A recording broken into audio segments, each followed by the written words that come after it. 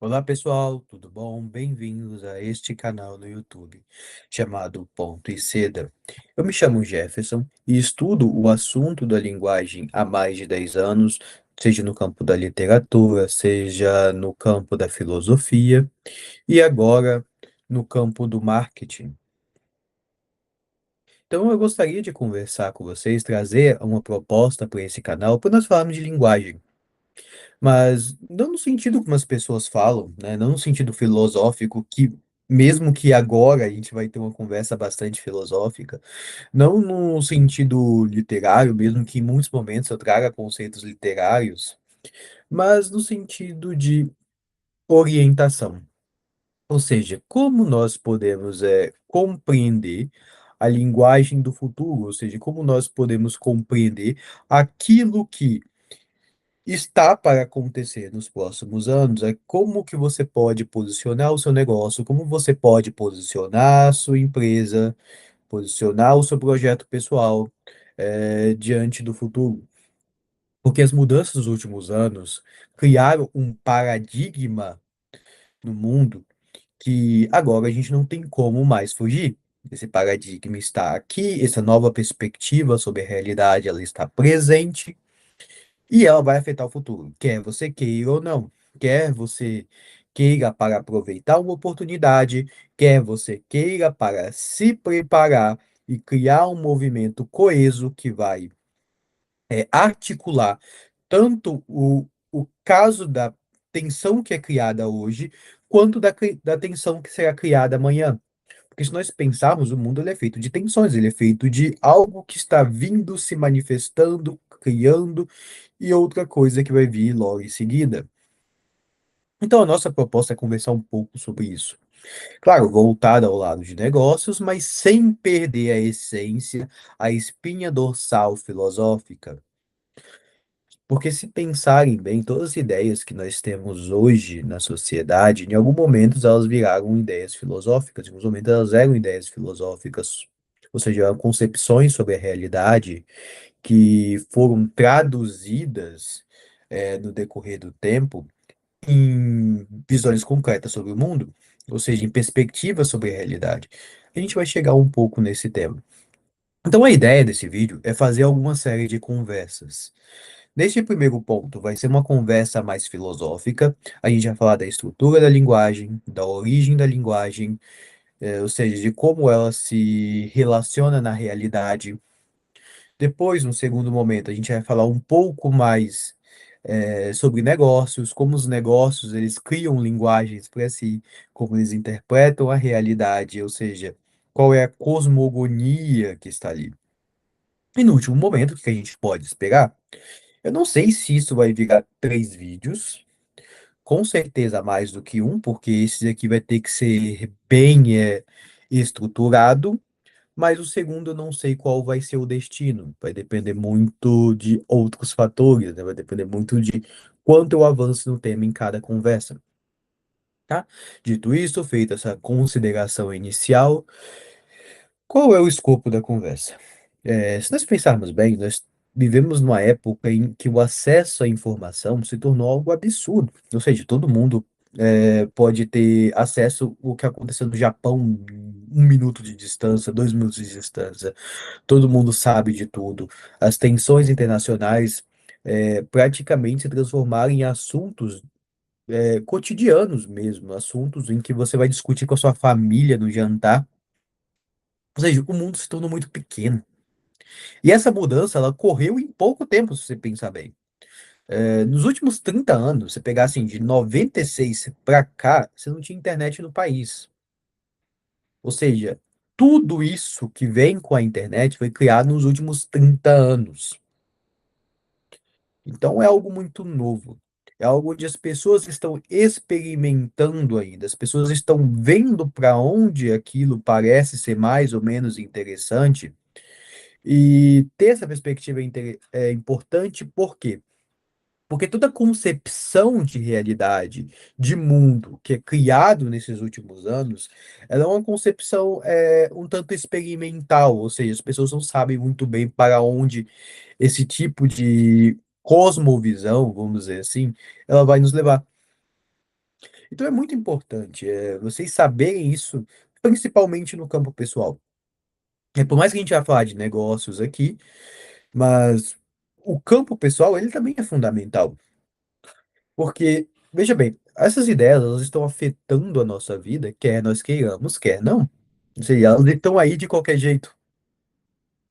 Então, cabe a nós entender como funciona, entender a sua estrutura e poder agir de maneira adequada. Então, para isso, eu vou mostrar um pequeno slide para vocês. É, bom, isso é um ponto. Então, assim, de toda essa mudança, se tornou necessário a criação de um profissional, ou seja, de uma pessoa que seja capaz de oferecer uma resposta a esse cenário, pelo menos uma direção. Claro, a gente sempre teve na história, ou quase, né, boa parte da história da humanidade, vamos dizer assim, pelo menos dos últimos anos recentes, a gente sempre teve a área da sociologia, ou seja, sempre houve um estudo sobre as características que compõem um povo, ainda mais num período em que o contraste cultural, por exemplo, principalmente na Europa, era algo gigantesco. Então, assim, você sempre teve um sociólogo, boa parte do tempo, né? Mas se você pegar antigamente, esse papel era do filósofo, né?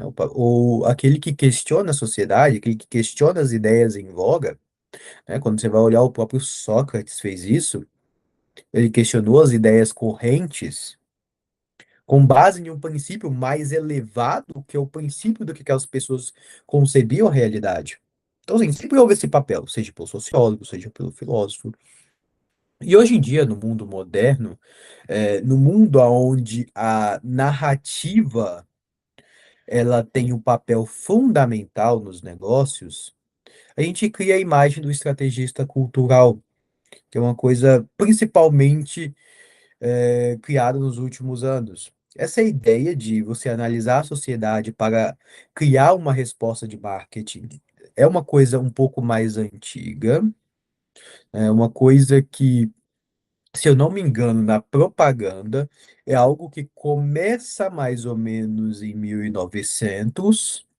Ela vai se especializando ali um pouco depois da Segunda Guerra Mundial, ou seja, quando a batalha de narrativa ela se torna extremamente importante para saber assim, qual país é melhor, qual país domina o mundo, qual país tem a supremacia, até chegar ali nos anos 90, onde esse termo ele é mais ou menos cristalizado, ou seja, numa profissão, numa pessoa, ou seja, uma pessoa que é capaz de compreender, né, esse movimento social e oferecer uma resposta a ele. Eu sei que muitos negócios hoje que estão começando vão perguntar, mas por que isso é importante? É só fazer uma campanha, você coloca ali o tema da campanha, faz um funil de vendas, automatiza algumas coisas com IA e tá pronto. Sim, você vai vender assim. Você vai fazer uma campanha, ele vai vender. A ideia do estrategista cultural, ele é a ideia de posicionamento, ou seja, como o seu negócio, como você vai se posicionar diante das narrativas que estão na sociedade. Ou seja, é uma coisa interna que vai para fora. Então, vocês verem isso de maneira um pouco mais clara dentro do âmbito de negócios, a gente tem mais ou menos essa estrutura. É uma estrutura, vamos dizer assim, uma pirâmide um pouco estranha, que é uma pirâmide mais quase que um trapézio, né? Então, assim, mas tudo bem. O que a gente vai ver é que, veja bem, a cultura, ela está no topo desse movimento. Você poderia pensar, bom, mas a cultura não teria que estar embaixo, a cultura não é a base pela qual tudo é construído? Sim, ela é a base pela qual tudo é construído. Mas quando nós falamos de posicionamento de negócio, claro, ele vai se posicionar no veio de uma cultura, mas dentro de uma, vamos dizer assim, de um organismo estrito, a gente vai ter que pensar em como essa, primeiro, no sentido de como essa marca, ela se interpreta Ou seja, como essa marca ela se compreende na realidade. Ou seja, isso aí, assim, é os valores pessoais, ou seja, o valor da, vamos dizer assim, a unicidade do negócio é como o ser humano. Por mais que ele nasça no seio da cultura, ele tem um processo, quando ele é pequeno até ele ficar grande, de diferenciação e unicidade. Então, esse processo, a gente está falando aqui dentro do processo de marca. Ela tem um processo de unicidade, de individualidade. E esse processo de individualidade, ele é o core da marca, ele é são seus valores fundamentais. E esses valores, muitas vezes, é quase uma expressão mesmo da cultura. É um exemplo interessante é a própria Patek Philippe, que ela foi criada ali entre 1839, sobre um relojoeiro que acho que ele tinha saído de Genebra e tinha ido para meia Europa, e que depois ela foi assumida em 1932, ali no Crash, por, por outro grupo, que é o grupo que a comanda até hoje. Mas nesse momento em que algo foi criado em 1839 para algo que existe hoje, você teve uma história. Então, essa unicidade da marca, ou seja, é a própria estratégia dela, ou seja, esse ponto onde ela se torna única na realidade. Foi uma elaboração cultural? Foi uma elaboração cultural, mas foi uma elaboração que a distinguiu do meio perante o tempo. Então, a primeira base, quando a gente fala em nível de negócio, a gente está falando da estratégia de marca. E no segundo sentido, tá, a gente tem estratégia de negócio. Como esse negócio ele se posiciona no decorrer dos outros? Aqui, né, na estratégia de marca, é ele enquanto unicidade. Aqui à frente é ele enquanto alternativa de negócio. Ou seja, como modelo de negócio, como que é a sua receita? Que tipo de cliente você adquire? Qual é o ciclo de compra e venda desse cliente? Ou seja, todos esses elementos, eles são importantes, eles fazem parte dessa estrutura. Então, depois que essa marca ela tem algo, vamos dizer assim, indissociável, um core da coisa, a gente tem um nível de estratégia de negócio, né? Ou seja, como que ela vai se posicionar diante dos outros. E após isso aí, nós temos um nível sobre estratégia de produto, ou seja, como esse produto agora ele está concorrendo com os outros, em que categoria ele é colocado. Ou seja, ele é colocado numa categoria de produto premium, ele é colocado como uma categoria de produto de luxo, ou seja, qual que é a posição dele, né? Porque se existe um momento onde que a gente se diferencia de negócios e modelos de negócios para se posicionar dentro de um segmento do mercado. Uma vez dentro desse segmento de mercado, a gente tem que se diferenciar a nível de produto. Ou seja, como esse produto ele se diferencia um dos outros. E é aqui que a gente tem esse conjunto de campanhas que a gente comentou.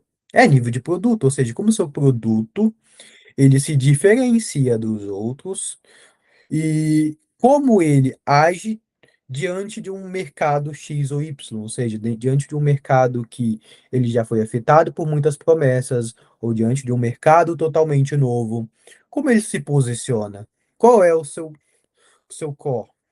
Então, aqui é o nível de estratégia de produto, tá? Ou seja, tudo que as pessoas fazem hoje, boa parte do que as pessoas fazem hoje, em parte é em estratégia de negócios, estratégia de produtos. Poucas empresas estão pensando realmente em nível de marca, em nível de o que que se a torna única e como a gente comunica essa unicidade ao todo. Tá? Então, assim, poucas empresas elas chegam nesse estágio, porque elas acreditam que isso é um estágio mais cumulativo. E, de fato, ele é um estágio mais cumulativo, na medida que a empresa ela se conhece mais, que ela vai ter mais consciência sobre os atributos indispensáveis da marca. E isso é importante porque na internet a gente tem a ideia de que assim, a gente vai lançar sobre um nicho, falar sobre um tema, e quando aquele tema não funcionar mais, a gente troca de nicho. A gente pega aquilo que está no hype, aquilo que gera venda. Hoje em dia todo mundo fala de inteligência artificial. Meu Deus, eu vou fazer um curso, um treinamento sobre cloud. É justamente no nível de produto. O sujeito ele não consegue ter uma maturidade e uma mensagem clara que vá no decorrer do tempo, ou no sentido de uma evolução natural. Ele pode até falar de inteligência artificial, sim, porque é nível de produto, mas se esse produto ele faz sentido com um todo, aí é outra história. Existem negócios que realmente, você falar hoje de inteligência artificial é um negócio muito bom, principalmente aquele one person business, que é algo assim que vai ajudar a vida do empreendedor individual, vai facilitar muito a vida, né? Igual esse aqui, foi feito por IA, né? Tá facilitando muito a minha vida. Então, depois da estratégia de produto, a gente tem essa manifestação cultural. A gente pode pensar isso no sentido de que, assim, tá, o produto ele gerou um impacto no mundo. E veja bem, esse impacto ele não é necessariamente vendas. Ele sim, ele compreende parte que é vendas, mas ele compreende também uma outra parte que é o seguinte. No primeiro sentido, a gente está falando de vendas. No segundo sentido, a gente está falando do impacto que aquilo causa na sociedade, ou seja, aquele discurso ele vai percorrer você. Porque a sua ideia, vamos dizer assim, a sua copy, ela vai servir de inspiração para outras pessoas, ela vai gerar comentários, vai gerar uma percepção sobre o mundo. Então, tudo que você cria no mundo, você também o manifesta na cultura de alguma maneira. Ou seja, você coloca a discussão em voga. Não tem como fazer algo sem, eu sei, sem ser dissociado disso aqui, né? Fazer algo dissociado desse núcleo. Então, qual que é o impacto real das coisas? E o impacto, claro, a gente pode mensurar esse impacto a partir da venda, a partir das impressões desses primeiros clientes, mas a gente pode pensar no impacto como um todo, no impacto de mercado, como as coisas elas vão se aglutinando, como o mercado ele vai se tornando mais sofisticado na medida que esses discursos eles vão se popularizando. Que é uma coisa, por exemplo, que está acontecendo com a inteligência artificial. Hoje em dia, as pessoas elas criam vários treinamentos. Olha, com a inteligência artificial, você pode acelerar o seu trabalho, você pode fazer várias coisas, você vai se tornar um super-humano. Só que se tornar um super-humano é necessariamente uma coisa boa. Você tem uma ideia de que você cria uma ideia de fundo de que você é um ser desatualizado. Eu não estou falando intelectualmente desatualizado, eu estou falando humanamente desatualizado, como se as suas capacidades físicas, intelectivas, elas fossem algo inferior, que precisa passar por um upgrade, precisa passar por um incremento que vai vir pelo quê? Pela tecnologia. Isso aí é o que as pessoas chamavam antigamente de transhumanismo, que começou pensando na ideia dos animais, ou seja, que seria muito legal que o ser humano tivesse asas para poder voar, que seria muito legal que os seres humanos pudessem respirar debaixo d'água. Agora, vindo pela questão da IA, de você ter um cérebro que consegue processar mil informações ao mesmo tempo, de você ter sistemas que operam mesmo que você esteja inativo. Ou seja, essa ideia ela gerou uma perspectiva sobre a realidade, e essa perspectiva ela assume a premissa de que nós somos seres desatualizados. Então, esse é um ponto importante, porque na medida que a gente vai falando que no discurso, que olha, tens o segundo cérebro, acelere 10 mil vezes a sua produtividade, todo esse discurso ele vai criar uma perspectiva e um conjunto de pressupostos, né, pressupostos que estarão de fundo da coisa. Então, assim, isso aí, assim, é um nível que é quase um efeito colateral da sua mensagem. E após esse nível, a gente tem agora essa marca diante da cultura, ou seja, como ela, a sua unicidade, como esse modelo de negócio, ele entra dentro do discurso cultural. Esse discurso cultural, ele está colocado acima no seu sentido operacional, ou seja, no sentido de que os seus esforços são para criar um tipo de linguagem no seio da cultura. É aquela coisa, as grandes empresas, você vê a campanha delas, é uma campanha de criação de narrativas culturais. Ou seja, narrativas que dizem respeito à tendência humana, narrativas que dizem respeito ao que é possível e não é possível ao ser humano. Uma própria ideia é a Red Bull, né? O Red Bull te dá asas. É justamente a ideia de que o seguinte, olha, existe um limite humano aqui, só que se você tiver esse produto, você pode, ultrapassar esse limite humano.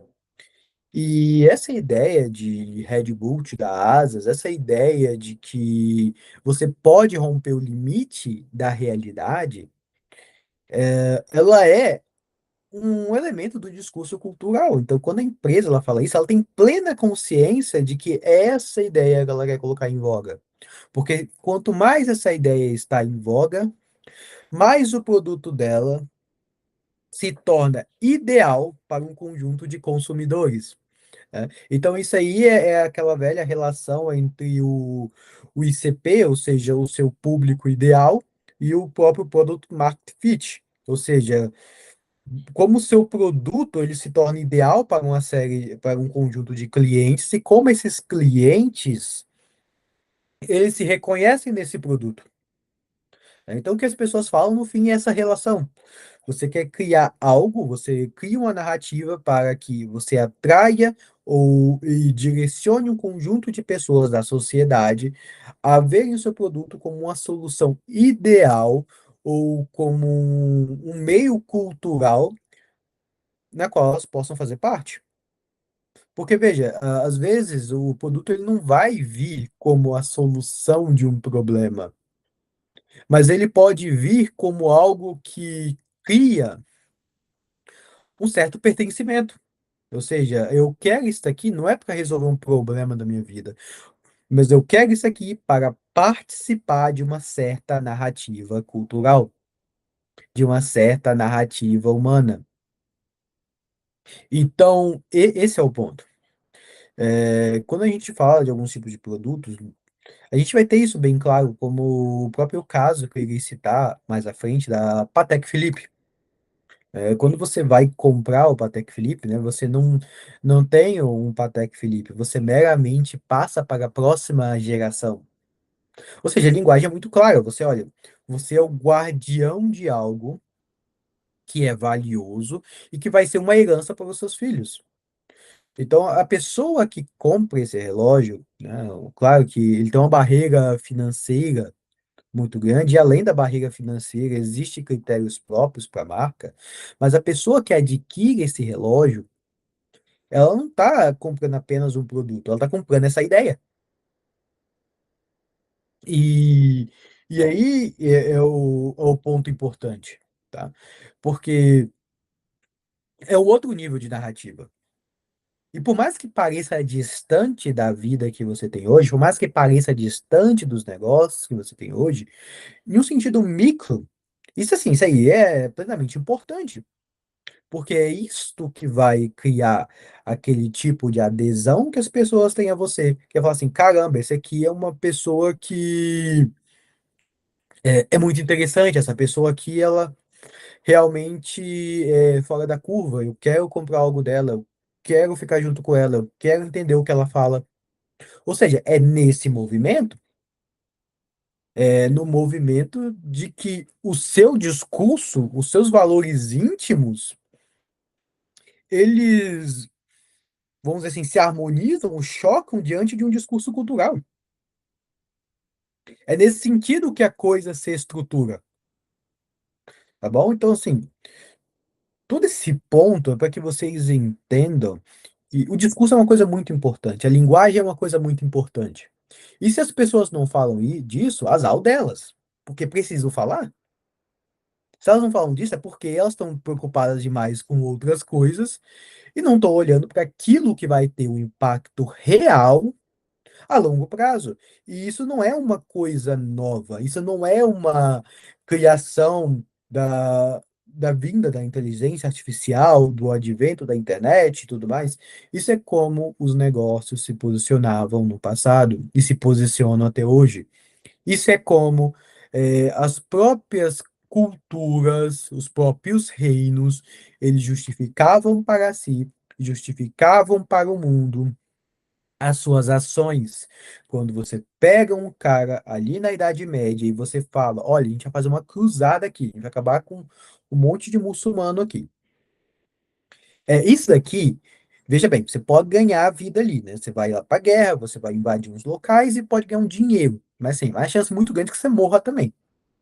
Mas você estará sendo um soldado de Cristo.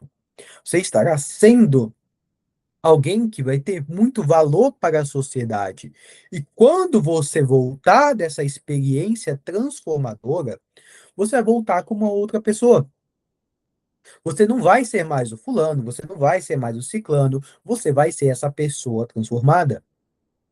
Então, isso é algo que era, vamos dizer assim, vendido antigamente, que engajava as pessoas naquilo que era mais importante na sociedade e que funciona até hoje, né? Claro, você não vai ficar preso somente nisso, você tem vários sistemas práticos ali de funis, você tem vários modelos de vendas, e cada modelo de venda ele tem a sua forma de finanças, ou seja, a sua forma de como a receita e a despesa tratada de maneira objetiva. Você tem isso aí, assim, cada modelo de negócio, mas o que vai ser mais fundamental, no fim das contas, é como esse negócio ele se diferencia em toda a sociedade. Ainda mais num mundo onde praticamente tudo está virando commodity. Até mesmo previsões como quantos tweets o Trump fez no mês, se ele vai visitar a China ou não, o Polymarket está aí. Então, nós conseguimos transformar em produto até mesmo a possibilidade humana. Então, como que você vai se diferenciar neste mundo, onde tudo é produto, onde tudo pode ser criado, onde todo mundo, vamos dizer assim, pode falar qualquer coisa? Você vai criar justamente nesta camada mais funda, nesta camada onde seus valores únicos se comunicam com a cultura. Esse é o ponto. E para a gente poder entender um pouco mais desse ponto, a gente vai ter que realmente fazer um trabalho de voltar a algumas casas, né? Olhar a essência das coisas. E para isso a gente vai tratar da linguagem de maneira estrita. Então, para tratar dessa linguagem, e antes mesmo de entrar no tema aqui, a gente tem que entender que, veja bem, há uma ilusão que atravessa os anos, e essa ilusão ela diz o seguinte. Ela diz que a ideia, que a linguagem, vamos dizer assim, ela é apenas uma etiqueta para diferenciar as coisas, ou seja, ela tem apenas um substrato, ela tem apenas uma validade verbal, no sentido de que você pode trocar a linguagem de uma coisa para outra e isso não tem uma referência concreta à realidade. Eu sei que isso parece estranho, mas vocês pegarem a base disso aí, vocês vão ter que olhar, por exemplo, lá em o René Descartes, quando ele fala penso, logo existo. Ou seja, ele separa o ato de pensar do ato de existir. Ou seja, ele pega algo que acontece no meio da existência, ou seja, você só pensa quando você está vivo, quando você está existindo. E ele pega as coisas e coloca como duas coisas distintas, tá? E ele faz isso porque há um problema filosófico muito antigo que eu não vou me aprofundar aqui, mas eu já vou cantar a letra que existe, que é o seguinte: quando a gente olha os sentidos, né, a gente tem cinco sentidos, então a gente tem, desses cinco sentidos, por exemplo, a visão, se você pensar bem, a gente só vê porque uma luz entra nos nossos olhos e nós olhamos para as coisas, né, ou seja, através dessa luz. E a gente entende que a gente, por exemplo, estou vendo um computador, né? Tem uns livros ali atrás de mim. Ou seja, tudo isso aí está sendo apreendido pelo órgão da visão. Só que se você pensar bem, o que está entrando no seu olho é uma luz. Não é o objeto está aqui, a luz está aqui. E o que é processado no cérebro como uma imagem mental é uma informação. Então, aqui na frente a gente tem um objeto, aqui a gente tem uma luz e aqui a gente tem uma informação. Ou seja, são três coisas diferentes. Como você sabe que a informação que está no cérebro é a mesma do objeto que está na realidade? Como você sabe que esses objetos são assim ou não são diferentes? Você pode falar, pô, mas eu posso tocar. Eu posso tocar aqui, eu vejo mais ou menos a forma da coisa. Pois é, mas tem outro problema. Como você sabe que o órgão pela qual você toca é o mesmo pela qual você vê? O que que te dá essa informação? Porque se você pensar bem, para existir essa informação, precisa ter algum elemento da realidade que esteja testemunhando os três atos: testemunhando o objeto, testemunhando a luz, testemunhando a informação e o próprio meio em si. Isso aí os antigos chamavam de sentido comum. Ou seja, primeiro, no sentido de você poder articular vários pontos, da apreensão, e no sentido de ter uma coerência entre eles. Então, a coerência estrutural. E essa é uma coisa impressionante, você pensa bem. Não, não foi uma coisa assim que foi resolvida ali na época de Aristóteles. Não totalmente, não foi algo totalmente ali resolvido na metafísica. E que existiu. Ou seja, em um sentido de que existem os objetos da realidade e existe aquilo que está no nosso pensamento. E a gente não tem garantia nenhuma que uma coisa se referencia à outra. E essa ideia, ela foi claramente aprofundada no Descartes, foi também vista de outra maneira, né? Ou seja, estruturar também em Kant, quando Kant ele coloca as categorias de pensamento, ou seja, o pensamento humano ele é feito a partir de certas categorias, as categorias que estão na mente coletiva, ou seja, as pessoas dão nome às coisas, mas fundamentalmente há uma diferença entre a experiência de algo e a sua elaboração verbal, ou seja, a sua elaboração intelectual, seu pensamento. Então, isso assim, eu vou destacar o Descartes, né, apenas por um sentido de que foi um cara que impactou bastante esse tipo de visão do mundo. Existe até um livro bem bacana chamado Descartes, a Fábula do Mundo, em que ele descreve justamente quais são os efeitos práticos desse pensamento de Descartes na criação da ciência, quando ele vê o mundo, ou seja, o ser humano, não a partir do que ele é integralmente, mas a partir de um objeto de anatomia, a partir do ser humano anatômico. Só que o ser humano anatômico, por mais que ele possa ser parecido com o ser humano real, ele não está vivo. Então, assim, ele não tem aquilo que é mais importante, a vida. Então, se você juntar as partes do ser humano, você não forma um ser humano. Precisa de um outro negócio que assim, que não tá ali. Então, a gente tem uma diferença na visão do mundo, quando a gente olha, por exemplo, o mundo a partir dessa visão de Descartes. E a linguagem, ela foi pensada assim, por muitos autores, de que ela é apenas um sistema que referencia outras palavras, criando basicamente um sistema fechado de referência, mas que a realidade ela representa outras coisas, né? Que a realidade em si, ela não tem nome, o nome foi atribuído pelos seres humanos, o significado foi atribuído aos seres humanos. Isso assim, isso tem uma consequência muito grande, que inclusive é a base do que a gente vai falar da inteligência artificial, que assim, você cria um sistema de linguagem ali, na qual ele é autorreferenciado. Ele é uma linguagem que se referencia a outra linguagem, que outra linguagem, que outra linguagem. E em nenhum momento essas linguagens elas têm acesso à realidade. Ou seja, em nenhum momento a máquina, o robô, ele vai conseguir compreender a realidade como tal. Ele vai compreender um sistema de informações e a sua logicidade, né, a sua parte lógica e orgânica. Ou seja, como essa lógica ela se opera de maneira orgânica. Então, assim, isso aí é uma outra coisa. né? Mas isso é importante, vocês entendam de que existe essa cisão na linguagem, porque a gente vai pelo caminho oposto. Assim, a gente sabe que existe realidade, existem as coisas. Ninguém está vivendo num mundo ilusório, tá? É assim, pensar isso aí é um contrassenso. Não, a gente está no mundo real.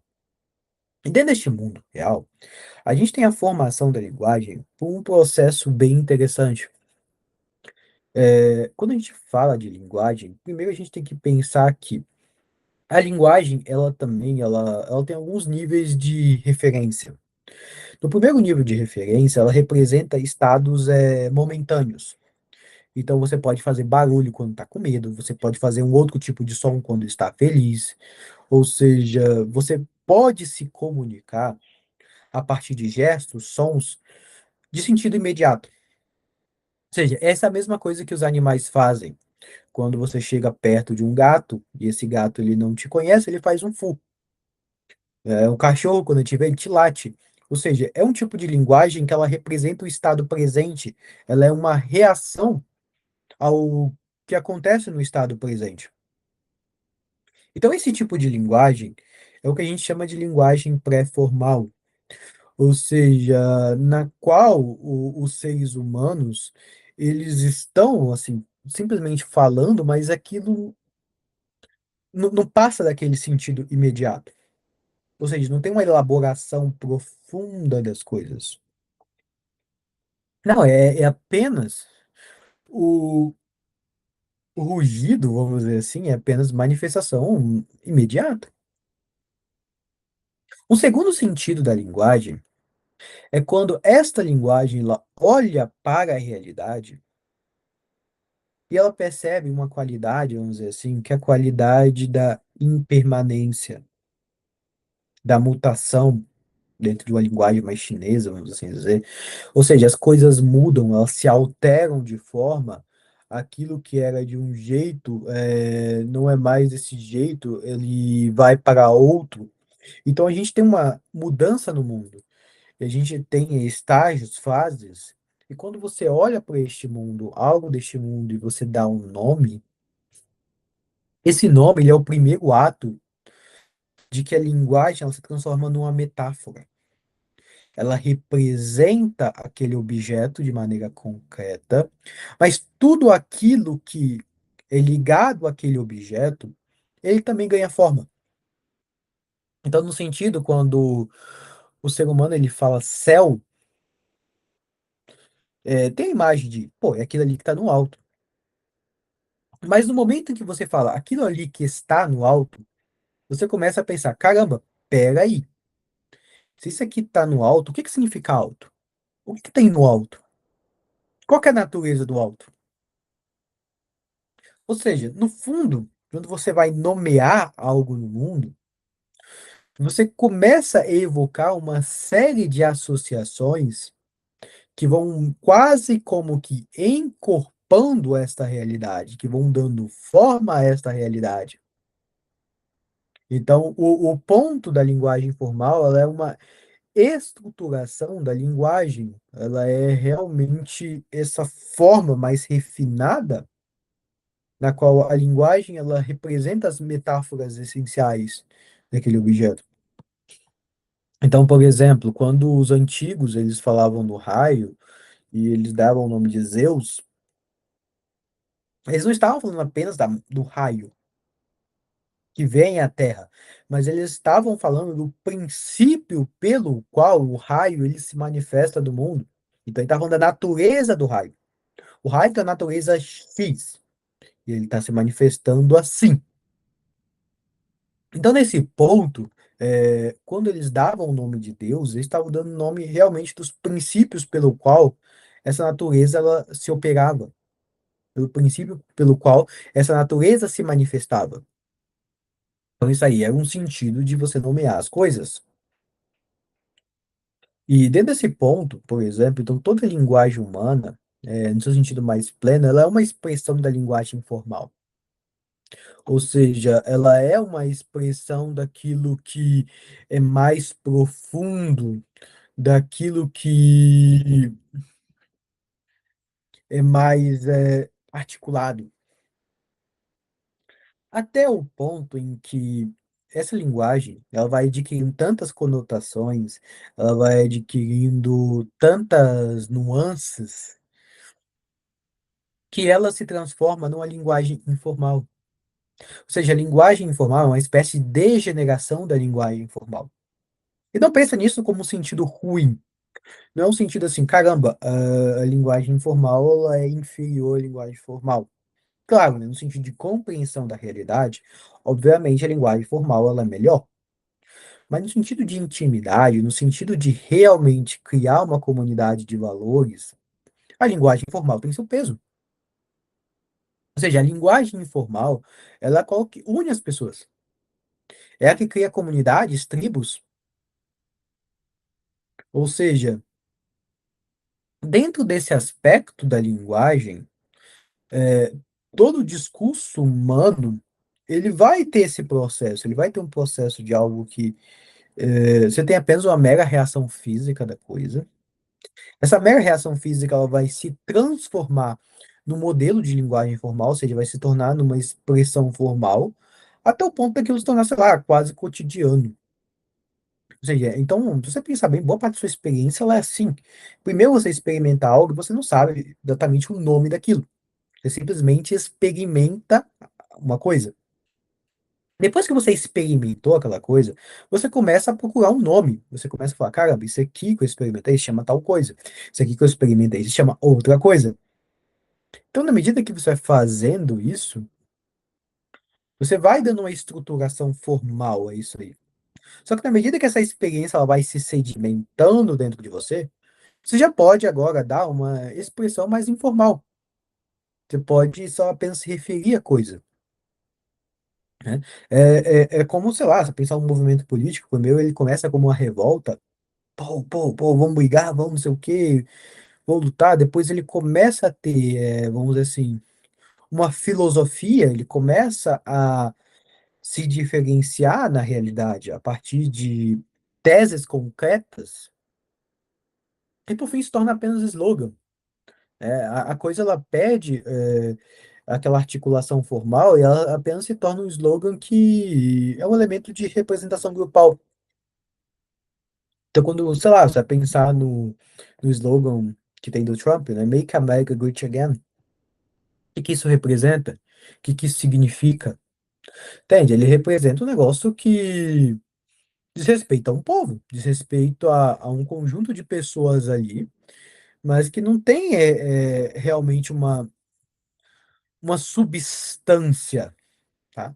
Não tem realmente uma concretude. Tem uma reação emocional das pessoas, porque se pensar nessa frase, ela não fala exatamente de a América grande, grande de novo.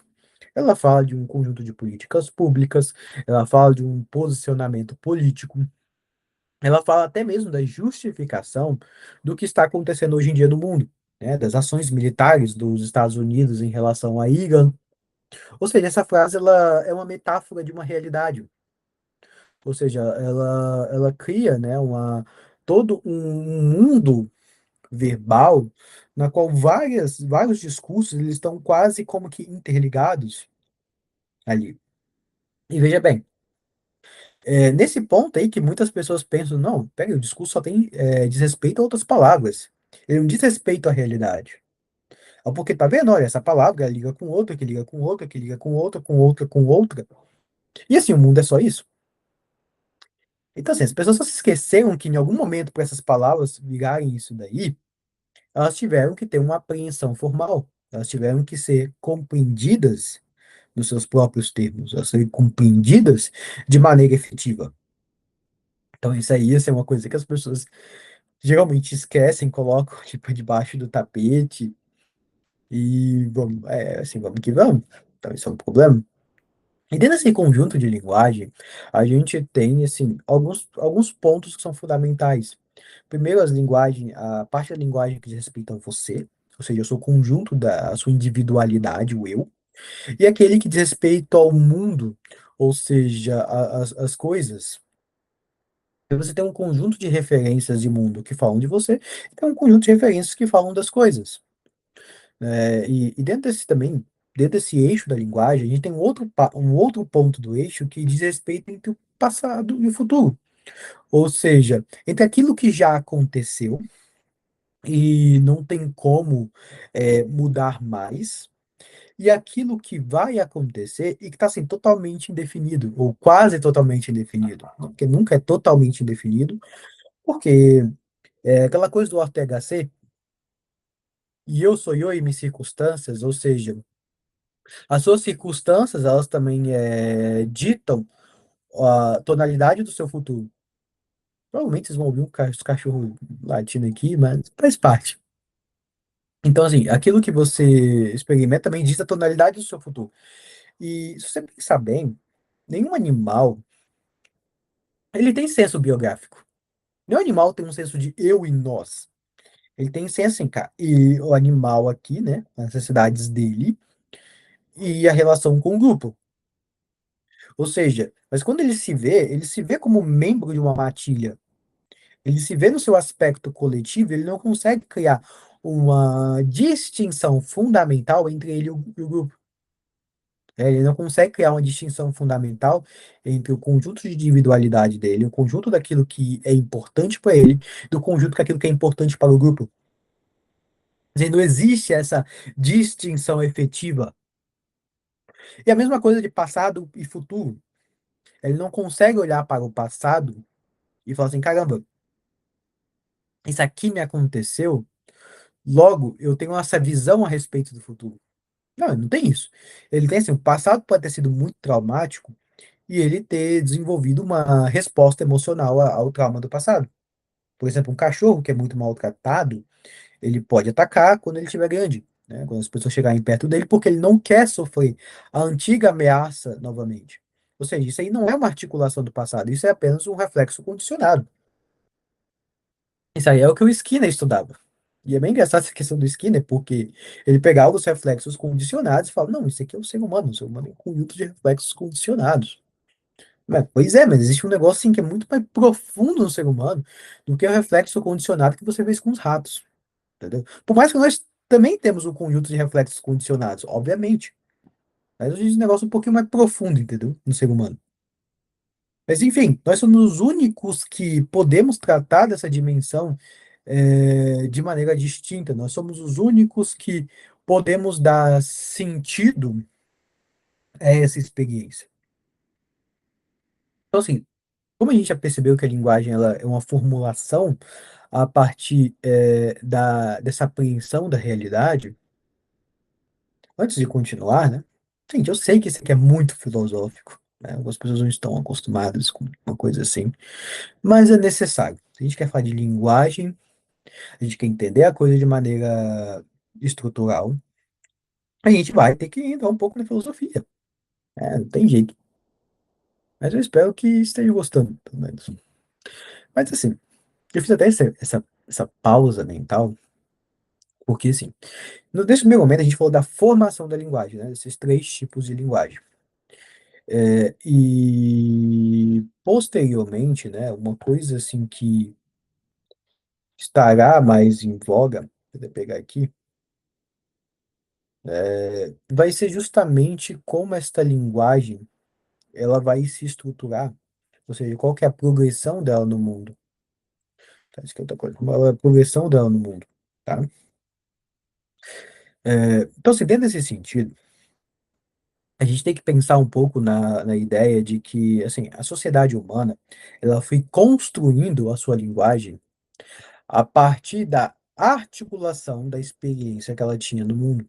Ou seja, o primeiro tipo de experiência, como diria o Eric Voegelin, é a experiência do mundo teogônico, ou seja, é a experiência do mundo onde os aspectos naturais, a diferença do dia e da noite, trovão, chuva, sol, elas eram vistas como divindades. O que que se representa? Representa que o aspecto operacional do mundo era visto como, assim, no fundo desse aspecto operacional, há um princípio de existência que comanda todos eles, né? Há vários princípios de existência, então por isso tem vários deuses, E se você reparar, essa ideia, ela é vista em diversas tribos no mundo, em diversas religiões antigas, que o conjunto, né, do mundo natural, ele é visto como a própria divindade, ou seja, porque esses princípios operativos, eles eram vistos como causas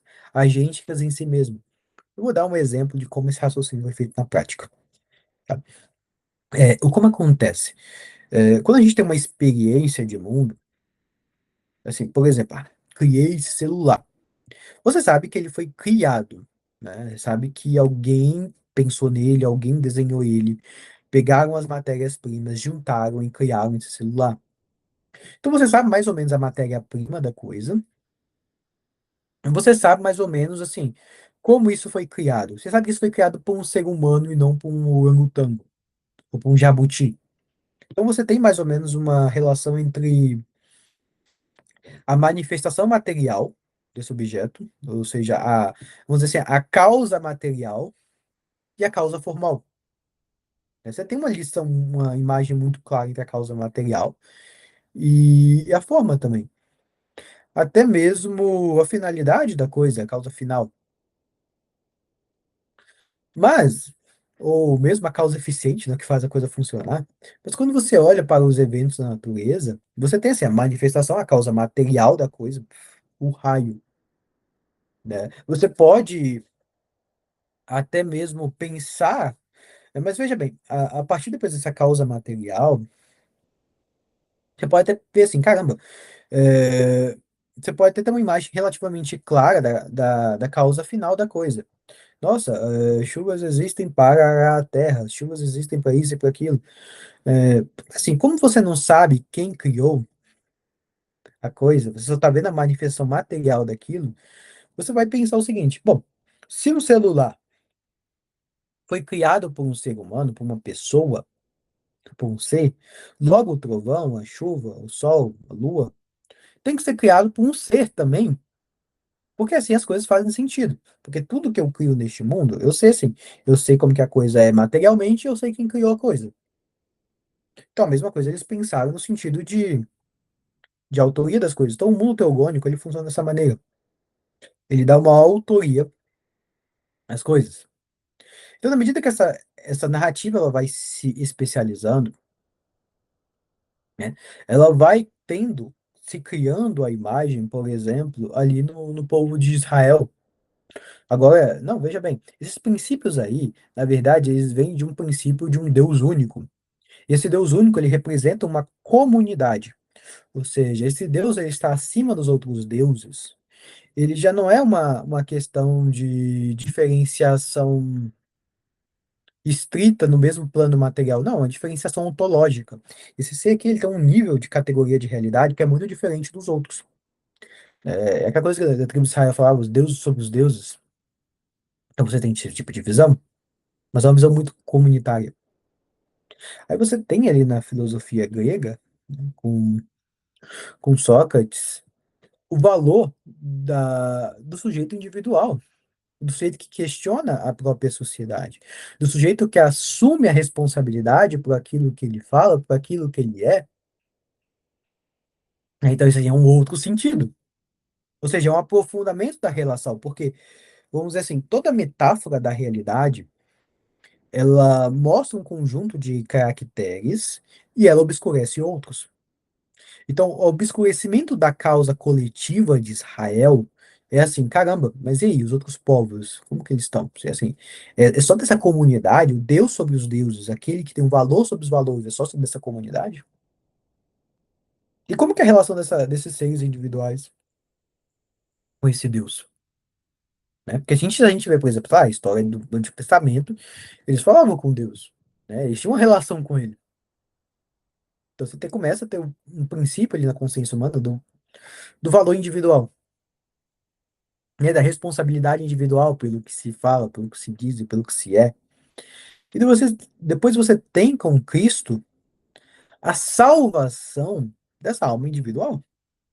Ou seja, esse valor individual, ou seja, ele não se torna apenas um valor no campo humano, ele se torna um valor até mesmo além desta vida.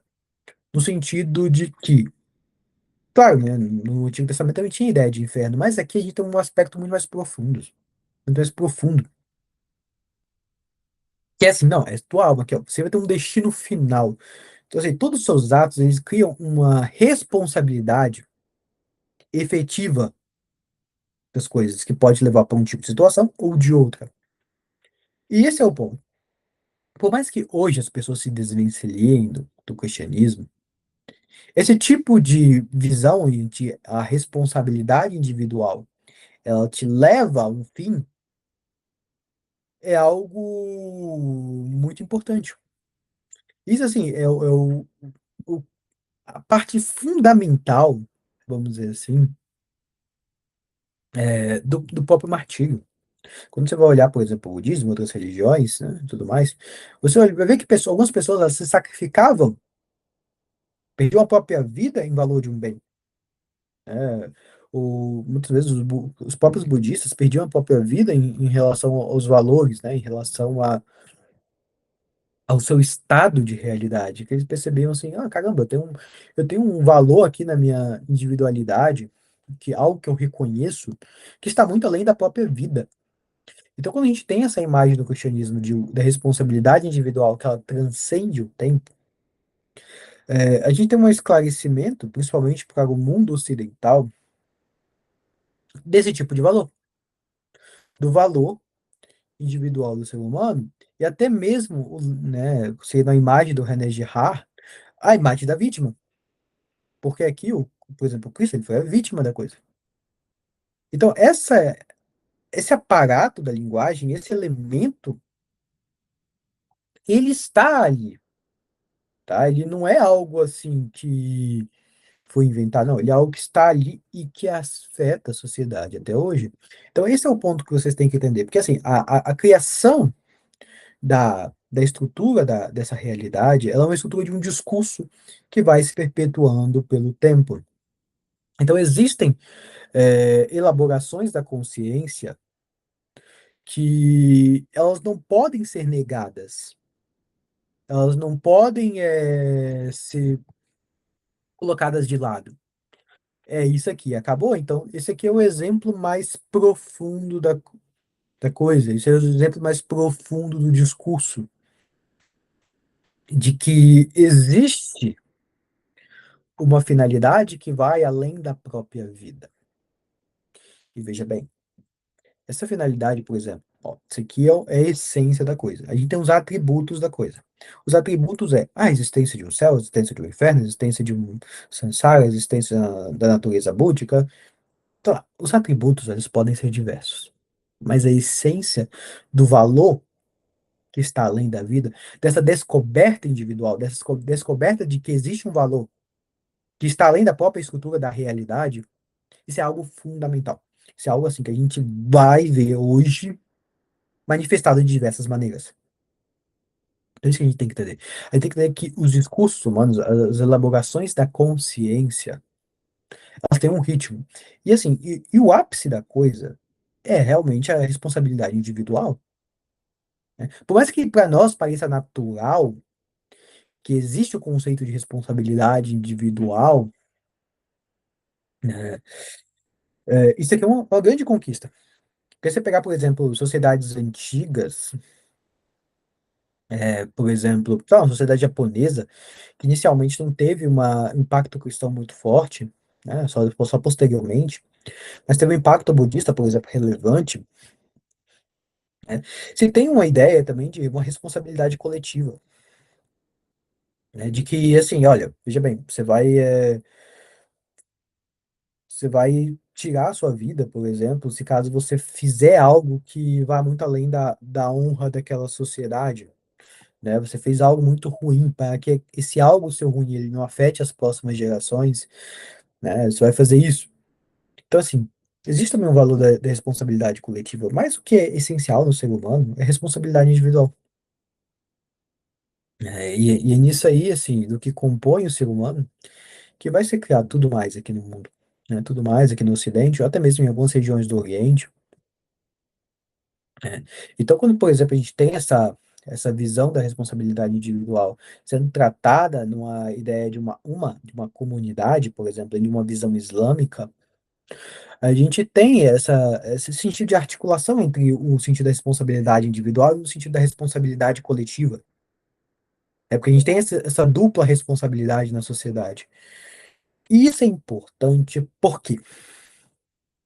Porque quando a gente vai, por exemplo, avançar os anos na história, né, a gente vai ver, por exemplo, né, o próprio sentido no comunismo da mais-valia, o próprio sentido de que você, assim, tem uma responsabilidade individual, mas você também tem uma responsabilidade coletiva, você tem uma responsabilidade perante a sociedade.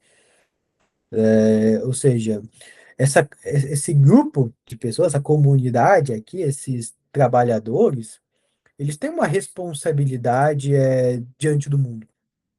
Eles têm uma responsabilidade diante da própria estrutura social. Assim, tem um outro sentido da coisa. Isso aí, assim, é isso tudo são elaborações posteriores desses princípios.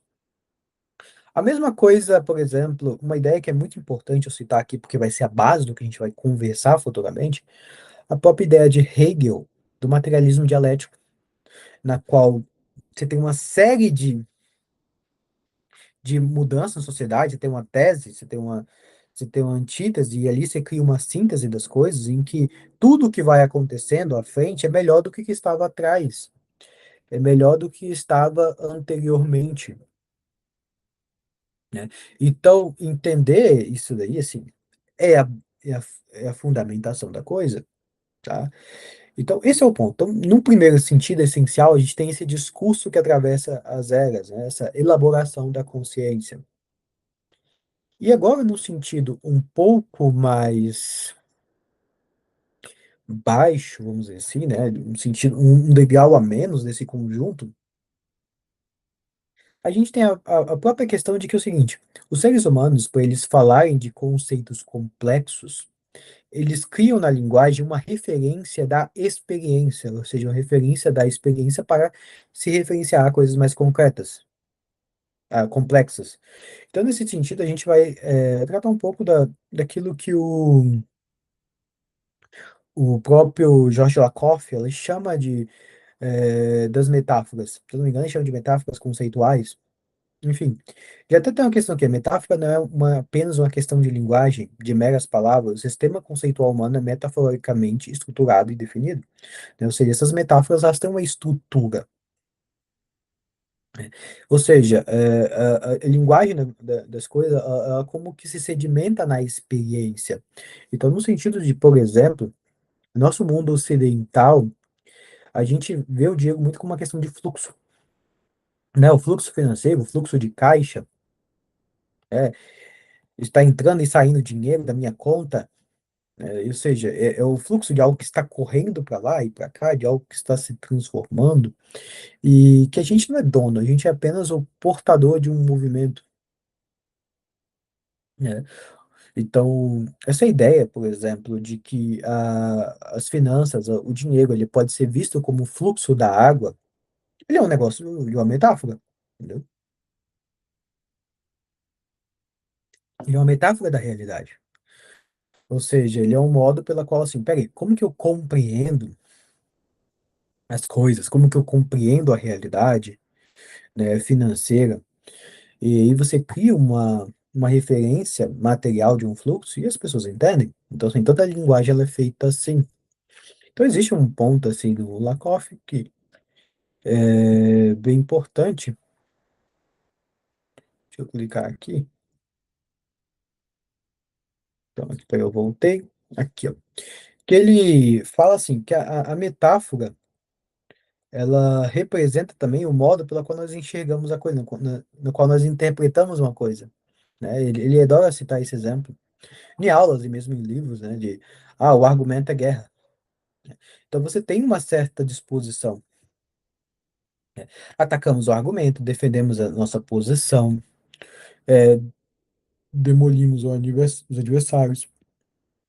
Mas se mudasse, por exemplo, sei lá, o argumento é dança, né? Então você tem um sentido de harmonia, sincronia, ritmo. Ou seja, é a mesma coisa, é a mesma realidade, mas A partir, ou seja, de uma metáfora, a gente interpreta o mundo de maneira diferente. Ou seja, essa metáfora, ela é o canal pela qual nós interpretamos o mundo de maneira diferente. Ela é o canal que vai intermediar entre a experiência e a interpretação da experiência. E aqui a gente está falando de conceitos mais complexos, de conceitos elaborados, tá? Ou seja, conceitos que eles têm um conjunto de experiência muito claro, mas a sua elaboração pela consciência ela é um tanto nebulosa, né? Ela precisa passar por essa camada que vai dar a tonalidade da coisa antes que ela chegue como elemento estruturado da consciência. É como se ela olhasse ao mundo e encontrasse o que que no mundo é referencialmente parecido com isto? O que que neste mundo parece o que está acontecendo? Como que eu posso pegar uma metáfora para intermediar esse acontecimento para que seja compreensível e para que tenha transmissibilidade? Então, por exemplo, quando as pessoas falam que a inteligência artificial é uma onda, a onda da AI, é justamente isso. A onda, o movimento, né, e ele volta. Então, esse movimento de você surfar a onda, de você sair do que está sendo puxado no refluxo, é uma imagem de encarar essa mudança como até mesmo um desastre natural, uma questão natural. Isso é engraçado. Ó, veja bem. Aí tem o sentido de encarar, por exemplo, a mudança da inteligência artificial como uma onda. Só que essa onda, se a gente pensar agora no sentido mais elevado, a gente tem assim, a onda é um fenômeno natural. Ou seja, todo esse conjunto de metáforas, ele está levando ao seguinte sentido. Olha, isso aqui é um mundo, é um conjunto natural do mundo, né? Então, nesse conjunto natural, ou seja, o meteoro, que seja, né, a coisa que for, esse mundo natural, ele está levando o seguinte, olha, as coisas vão ser desse jeito aqui. Quer você queira, quer não. Você está preparado, ou seja, você tem um bunker para resistir a esse fenômeno natural, ou você, ou você vai surfar a onda, ou seja, você vai tentar aproveitar esse fenômeno natural para vencer, né? Então, assim, esse tipo de, por exemplo, de metáfora, ele vai ter um conjunto de coisas que são visíveis, né, de relações que são visíveis, essa urgência para a ação, essa necessidade de realmente se colocar em movimento. Se você não está colocando esse movimento, você está sendo parado, você está sendo engolido.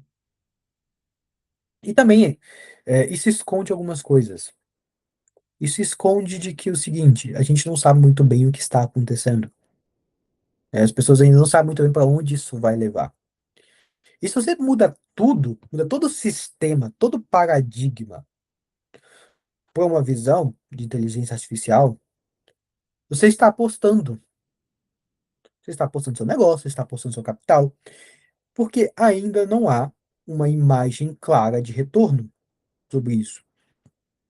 Por exemplo, quando uma empresa ela fala, cara, eu demiti 50 funcionários e adotei inteligência artificial em tudo, agora eu faturei muito mais. Assim, vamos pensar assim, pega aí. Estruturalmente, ele cortou custos, né? A operação continua a mesma. O que tá, assim, no fim das contas, sobrando mais dinheiro ali na última linha, ou seja, no lucro líquido. Mas isso não quer dizer que houve necessariamente uma melhora real no produto, houve uma melhora real nas coisas. Você fez uma implementação, essa implementação ela teve um resultado imediato, que é justamente um resultado natural, porque assim, quando você corta custos, no primeiro momento, realmente vai te sobrar mais dinheiro. Ou quando, sei lá, você contrata mais gente, no primeiro momento o seu CAC vai aumentar. Por quê? Porque você colocou mais funcionários e esses mais funcionários eles vão ter um custo de aquisição de cliente maior. Só que no decorrer do tempo, como que a coisa se comporta? Por exemplo, esse CAC incremental pela contratação de algum funcionário, Em algum determinado momento do tempo, ele vai se estabilizar, ele vai ter uma imagem clara. E esse curso, esse corte, ele também vai ter uma imagem clara depois de um decorrer de um tempo, né? Ou seja, a relação entre causa e efeito, ela não é automática, ela é em relação ao tempo. E alguns níveis de efeito podem ser depois de muito tempo. Ou seja, podem ser depois de uma perspectiva de tempo muito longa. Então, esse é o ponto. Essa é a questão da linguagem. É que vocês entendam que o paradigma pelo qual vocês interpretam a realidade, assim, é extremamente importante. E ele vai mostrar uma série de coisas, ele vai esconder outras, ele vai esconder essa necessidade de realmente ter uma medida clara. Ainda mais quando você vai fazer mudanças mais profundas. Por isso que pessoas mais precavidas, elas falam o seguinte, olha, a gente está adotando aqui a inteligência artificial, mas a gente não quer demitir ninguém, a gente não quer mudar essa estrutura, pelo menos não agora. Porque precisamos entender o que que isso vai levar, né? Ou seja, qual que é o sentido de responsabilidade também em caso do erro. Toda a responsabilidade vai ser que na mão do devil, na mão da pessoa que programou, entendeu? É esse negócio. E se for o dono que programou, ele vai assumir toda a bronca? Então tem muitas coisas ainda. Então, esse é o ponto. Quando a gente encara um paradigma, a gente obscurece outros, tá? Então, assim, dentro desse conjunto de paradigmas, eu sei que essa tá longa, né? É uma coisa para ser mais curta, mas infelizmente não deu. Toda essa discussão, toda essa questão de linguagem, ela vai criar um conjunto de associações, tá? E esse conjunto de associações, ele vai gerar o que eu chamo de matriz tensorial discursiva. Em que sentido? Todo discurso ele se posiciona num plano da realidade. E esse plano da realidade, ele vai no decorrer do tempo, ele vai se aglutinar com outros significados e ele vai criar um conjunto de tensões, onde, sei lá, você ia adotar uma ideia, você ir contra outra automaticamente. Ou seja, você adota a ideia de um conservadorismo, você está indo contra a ideia de um progressismo na mesma medida. Algumas pessoas tentam articular as duas coisas sem se definir por inteiro, mas todo movimento social, ele é assim. Ou seja, quando você adota um conjunto de ideias, você está necessariamente excluindo outro conjunto. Só que esse outro conjunto de ideias também tem outras pessoas que aderem a ele, né? Então você se coloca, assim, nesse sentido, discurso, pelo discurso um contra os outros. E aí esse é um ponto. Então todo discurso ele adota um lado. E esse lado ele vai o quê? Mostrar certos aspectos da realidade, enquanto ele vai obscurecer outros. Então, por exemplo, a própria ideia de conservadorismo. A própria ideia de conservadorismo, ele tem, assim, no meio de que, assim, tá, o que está no passado é melhor do que o que está à frente. Essa é a premissa de fundo. Só que, sei lá, nem tudo que está no passado é melhor. Algumas coisas sim, outras nem tanto. Algumas coisas são melhores no futuro mesmo. Só que também nem tudo que está no futuro é melhor do que está no passado. Porque o mundo também se degringola, né? No mundo também tem retrocessos. E aí que vai o ponto contra a própria ideia do materialismo dialético de Hegel. Que é a ideia do materialismo dialético é que tudo vai para frente. E não necessariamente, né? Ou seja, na medida que você adota um conjunto de paradigmas, um conjunto de ideias sobre a existência, você está perdendo um outro conjunto. Porque, por exemplo, como a própria ideia do Neil Postman coloca, o meio é a metáfora, né? O meio é a mensagem, quer dizer, né? E é uma metáfora da realidade.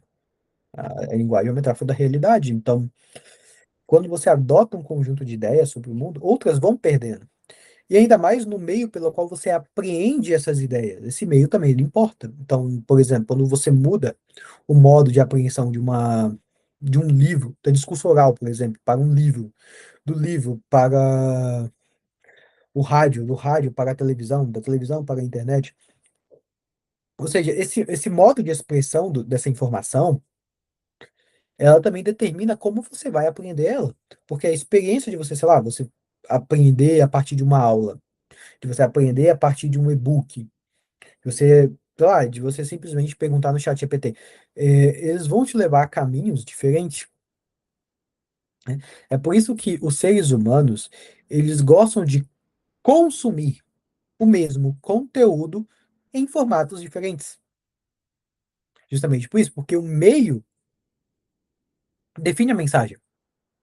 Ou seja, o meio define aquilo que vai ser acreditado e aquilo que não vai ser acreditado, aquilo que vai ser compreendido, aquilo que não vai ser compreendido, né? Por isso que, por exemplo, esta conversa, esta aula está sendo feita no YouTube, porque era impossível fazer isto no Instagram. É impossível fazer isto em qualquer outra rede social, a não ser o YouTube.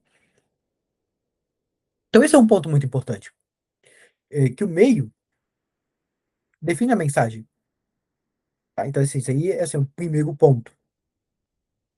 E a gente tem que perceber isso, que toda a nossa linguagem, ela cria essa matriz tensorial. E que, às vezes, ela pode nos tornar um tanto hipócritas, né? Dizer, assim, que nós estamos adotando um tipo de ideia, mas que, na realidade, a gente não segue tanto ela. É tipo o que aconteceu recentemente no caso do Guto Zacarias, né? Que ele se dizia ser contra uma coisa e que, na realidade, ele estava falando para a mulher fazer, né? Uma possibilidade da mulher fazer.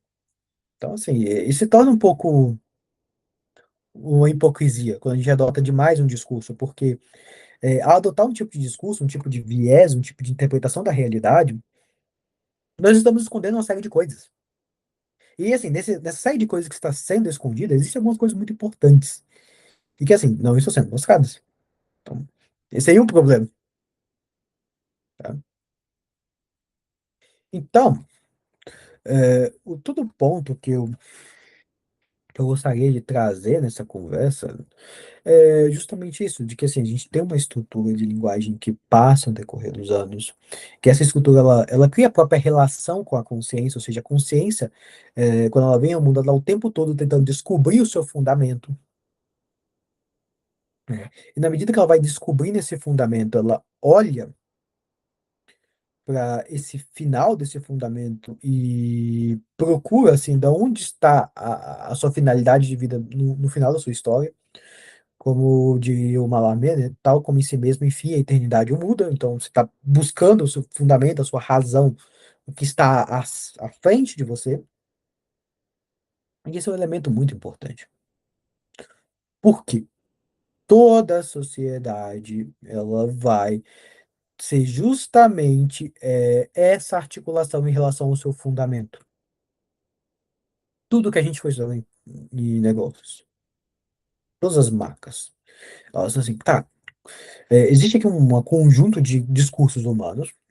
Esses discursos humanos, eles separam as pessoas em sociedades, ou seja, em grupos, né, em comunidades. Esses grupos, eles têm uma matriz de discurso diferente, ou seja, eles têm um modo de compreensão da realidade diferente. E como nós podemos participar desse discurso, seja apoiando certas ideias, seja indo contra outras, mas como a gente pode agir no campo do discurso para auxiliar as pessoas a encontrarem um fundamento para a vida delas. Todas as grandes empresas elas se portam assim, elas se portam como empresas de sentido. E não é porque você é pequeno que você não vai colocar um sentido no seu discurso, porque isso aqui é anterior a cada campanha. Isso aqui é o que vai resistir à mudança do tempo. Mesmo que você mude de tema, mesmo que você mude de nicho, se a essência de tudo que você discutiu, de tudo que você colocou para as pessoas, ela continua a mesma, isso assim, é muito importante. Então, por exemplo, uma das premissas deste trabalho que eu estou fazendo com vocês é que assim, o estudo é importante. Você tem um mundo hoje de inteligência artificial, onde qualquer pessoa ela pode ter acesso a informações e criar várias coisas. Eu mesmo, esse material criado aqui, outras pesquisas eu crio na IA. Ou seja, é um recurso muito bom, recurso muito valioso, mas esse recurso valioso, que veja bem, esse recurso valioso de informação, sem a compreensão efetiva Ou seja, sem que esse controle de informação ele se traduza numa visão, numa compreensão da realidade efetiva, ele é apenas um elemento de confusão. E veja bem, eu não estou falando de um negócio que vai começar hoje ou amanhã e vai fazer sua grana e ir embora. Não, estou falando de coisas que perduram um tempo, de coisas que têm sentido no decorrer dos anos, tem sentido até depois de muitos anos. Eu falo nesse sentido, nessa relação, porque quando a gente fala de cultura, isso é o que realmente importa. Porque assim, tudo bem, você não precisa de nada disso para construir um negócio que amanhã dê lucro. Não precisa. Mas também veja bem como que aconteceu com as pessoas no meio digital, no marketing. Todo mundo lançou um monte de produto, lançou um monte de coisa. Agora o custo de aquisição de cliente ele está maior e o LTV ele está menor. E assim, cadê as pessoas continuando no mercado? Elas não estão. Justamente porque elas não compreenderam, primeiro, o próprio negócio em si, segundo, qual que é o papel dela diante de tudo isso. Elas foram apenas surfando ondas. Um próprio exemplo, por exemplo, é como o mercado digital ele trata o ROAS. Olha, minha campanha teve não sei quantos de ROAS, 14, 15. E assim, você acha isso é bom? Peraí, antes de falar do ROAS, como você calculou esse ROAS? Você está colocando o quê? O faturamento bruto ali? Mas se é o retorno pro anúncio, peraí, tem que discernir umas coisas aqui, não? Tá, e além do ROAS, qual que foi o custo efetivo de aquisição de cliente? Porque a aquisição de cliente não é apenas anúncio. Então, como que você está colocando aí, sei lá, folha de funcionário, e dessa folha de funcionário, dessa folha de gastos, você está colocando aí no CAC, você está separando o que que é gasto novo, o que que é gasto recorrente com o cliente, sei lá. Ou seja, existe um nível de sofisticação de negócio que as pessoas simplesmente não pegaram. Primeiro, por quê? Porque a informação técnica estava sempre disponível. Veja bem, isso é uma coisa simples, qualquer pessoa entrava na internet e entendia que isso. Pô, existem umas coisas de finanças aqui que deveriam ser compreendidas no negócio. Mas por que não buscaram? Justamente porque não tinha uma visão concreta, efetiva da coisa. Então, o que eu estou falando aqui é nesse sentido, você precisa ter uma visão efetiva das coisas. E essa visão efetiva, ela pressupõe um pouco de filosofia, ela pressupõe um pouco de aprofundamento. Então, esse é o ponto, tá? Bom, eu espero que vocês tenham gostado. É, deixa um comentário aqui embaixo, né? É um projeto que está começando novo, então vamos dizer assim, eu estou muito carente de atenção, né? Ou seja, quando as pessoas comentarem, eu vou ver que as pessoas estão se interessando. E isso me impulsiona a trazer mais, tá bom? Então é isso, gente. Se cuidem, um abraço e fiquem com Deus.